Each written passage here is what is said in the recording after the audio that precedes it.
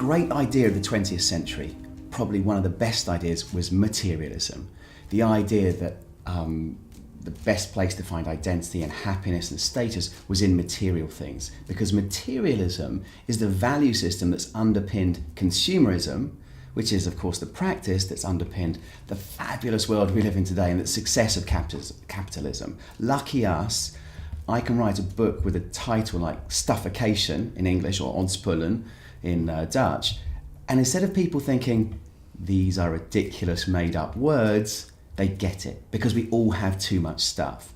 So what I believe in, and this is all backed up by science, I should probably mention that, is that what we need to do is have a revolution in our thinking, shift our thinking from being materialistic to being experientialist. Instead of thinking best place to find happiness, identity, status and meaning is in things, in stuff, in material goods, it's in experiences instead.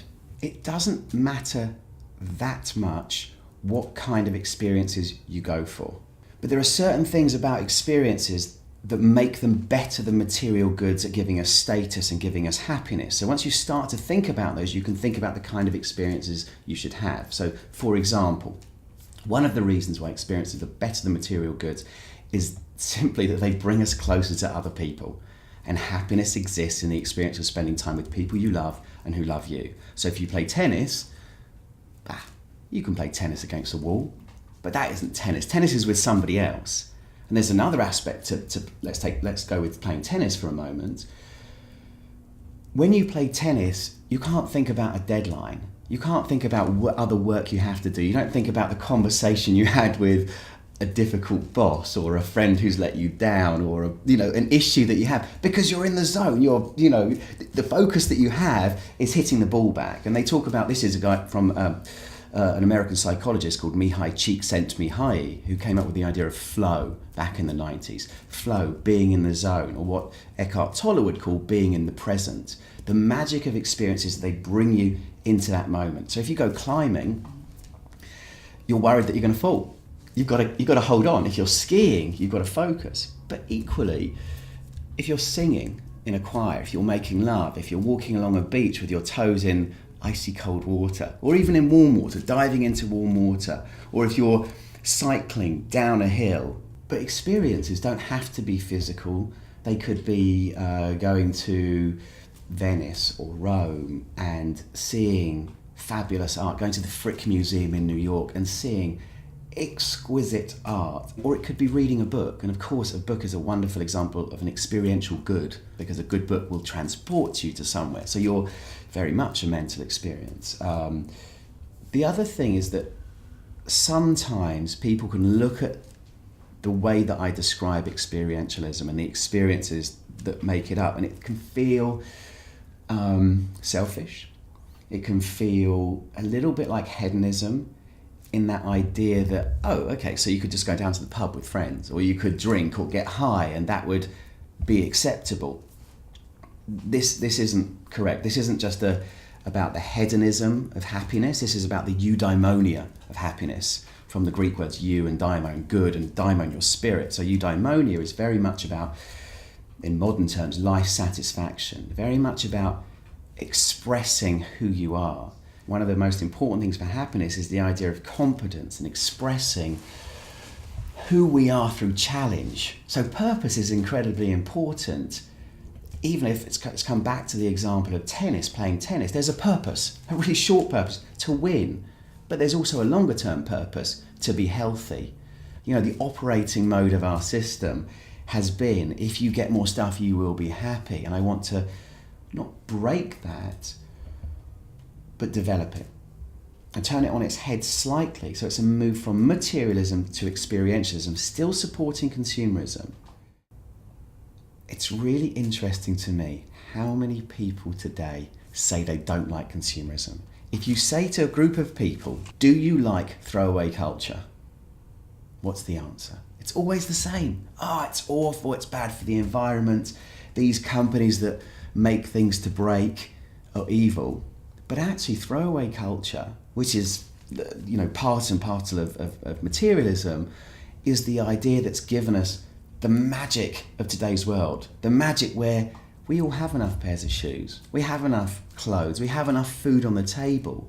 So we're really lucky to sit here and say, consumerism is bad. It's an awful practice. You need to be less consumerist. Just to be clear, I'm really aware of the issues that come with consumerism, the stress, the anxiety, the depression that seems to come hand in hand with the success of materialistic consumer societies. There is so much evidence that shows there's a correlation between the two. If you want to change human behaviour, the worst thing to do is say don't. If you say stop doing something and try and stop, it won't happen. This is why dieting programs fail. Substitution is absolutely key. The behavioural psychologists have discovered that if you want to move somebody from here and stop them doing that thing, the best thing to do is to substitute what they do. So people that think, wow, I need to be less materialistic, I'm going to stop buying things. They will for a bit. And then it will come to Saturday morning and they've worked hard and bugger it, they earn that money, they work hard, it's their right to go spend that money. And if you tell them don't be materialistic, don't be a consumer, wow, I think they're a bit stuck. And then they're going to feel guilty, they'll feel bad, and then of course they'll feel naughty when they spend, and being naughty is fun, and there you go, you have that cycle. It's really negative, it's not positive. It doesn't help them get out of that process. The interesting thing about this idea is A, it's happening, and B, I'm trying to affect that change and speed the move up. If you say to somebody, be a consumer, it's fine, but spend less on stuff, but spend more on experiences, they can continue to be excited by the new, which is a perfectly natural thing to be, and they can substitute their spending on stuff for spending on experiences instead. And what will then happen if they just make that very small step, and I'm stealing here from psychologists like B.J. Fogg at Stanford, tiny habits is the way to do this. All of a sudden, you'll start to spend less on stuff and have more experiences, and then you'll get the magic of the experiences, and the magic of the experiences is you'll get into flow more. You'll have better relationships with friends, and you'll start to live a more fabulous, enjoyable, fun life.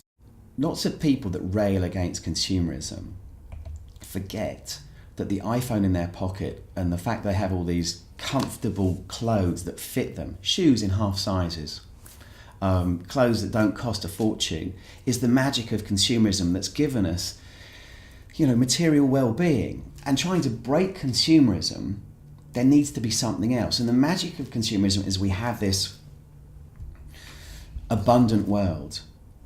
And if we shift our spending from goods to experiences, we will keep money flowing through the economy. If we keep money flowing through the economy, we can continue on a path of growth for GDP, which is an important part of our well-being. I also believe it's useful, I believe with what Sun Tzu said, that in times of peace, prepare for war, and there are certain people out there who have guns and might want to attack our wonderful way of living. And I think it's important to protect that. If you want to protect your way of living, I don't think this is deep paranoia, but if you think about it, it's not so long ago there was war in Europe. Lucky us, we don't have it anymore. We need to be prepared for that, and to have that we need an economy. And an economy requires people to spend money. So consumerism just needs, in my view, a reboot and a switch from the material to the experiential. I had a period of buying loafer shoes. Do you call them loafers? And I don't know why, but I must have bought one pair and liked them. I thought they were the thing to have. And I ended up with like 7 or 8 pairs of these shoes, which I never wore because I don't need 7 or 8. I have 2 feet. One of the magical things, actually, why experiences are better than material goods is something called hedonic adaptation. We get used to material goods quite quickly. Experiences we get used to much more slowly, and they build. If you get another pair of jeans, it's just another pair of jeans. If you go to a concert and then go to another concert, it builds on the last one. When it comes to my child's birthday, I don't buy her lots of toys. I take my kids to the Natural History Museum in London. I mean, they do have things, they're children, so they want to have dinosaurs. They want to play with dinosaurs. I'm not anti-stuff, I'm anti too much and the wrong stuff. And sometimes people do say to me, hold on, but I can afford this stuff and the experiences. I work hard, I deserve it. And I'm fine if that's what people want to do. But I was able this summer to take a significant period of time abroad with my children, going to the beach, because I don't waste my money on so much stuff anymore. The key thing first up is it's really easy to think I won't spend on material goods, I'll put the money away and I'll spend it on experiences, which is very dangerous, especially when you're first doing this, because I think you need to experience the joy of an experience. So if you come to the weekend and you were going to, let's say usually you would have spent €200 or €100 or €50 on a new pair of shoes, I think it's really important that you go spend that money. Take your girlfriend to lunch, take a friend to the cinema, go a place you've never been to before, and all of a sudden you have this, oh, hold on, the money's gone as it used to be, but what have I got now? I've got a memory. One of the things that inspired me to write the book was a note that my grandfather gave me on the day he died, and in the note it said, memories live longer than dreams. And I think what he meant is what matters in life is the memories that come from experiences. What you do matters more than kind of materialistic dreams and getting more stuff. That's my reading of it.